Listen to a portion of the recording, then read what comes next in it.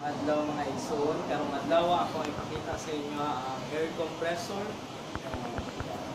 Karon ipakita ko sa inyo ang basic parts sa compressor. Mo ni siya ang motor, piston, air filter, o pressure switch. Ang compressor, ang trabaho niya nagasuyod siya og hangin sa environment, store sa ilang tangke para magamit ang ato ang mga air tools. So ang piston, mo ni siya nagasuyod og hangin. Ang air filter may nagasala sa hangin, ang tangke ang naga-store sa hangin, o ang pressure switch siya ang naga-control sa hangin. Pag puno na ang tangke, automatic na siya mag-off.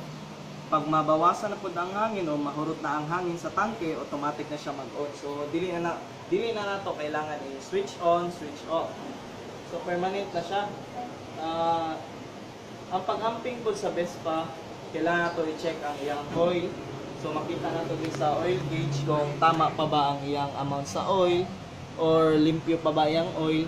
So mao na siyang nindot nga maintenance para sa piston. Sa tangke po dapat everyday nato siya gina-drain. Sa baba makita nato ang drain bag sa baba.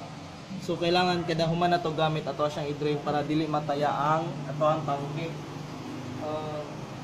Ang 1/4 horsepower single piston lang siya. Pero natay available dire nga 1/2 ug 2 ug 1 horsepower, which is kuan siya double piston.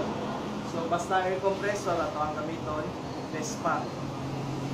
Mao lang to, daghang salamat ug God bless.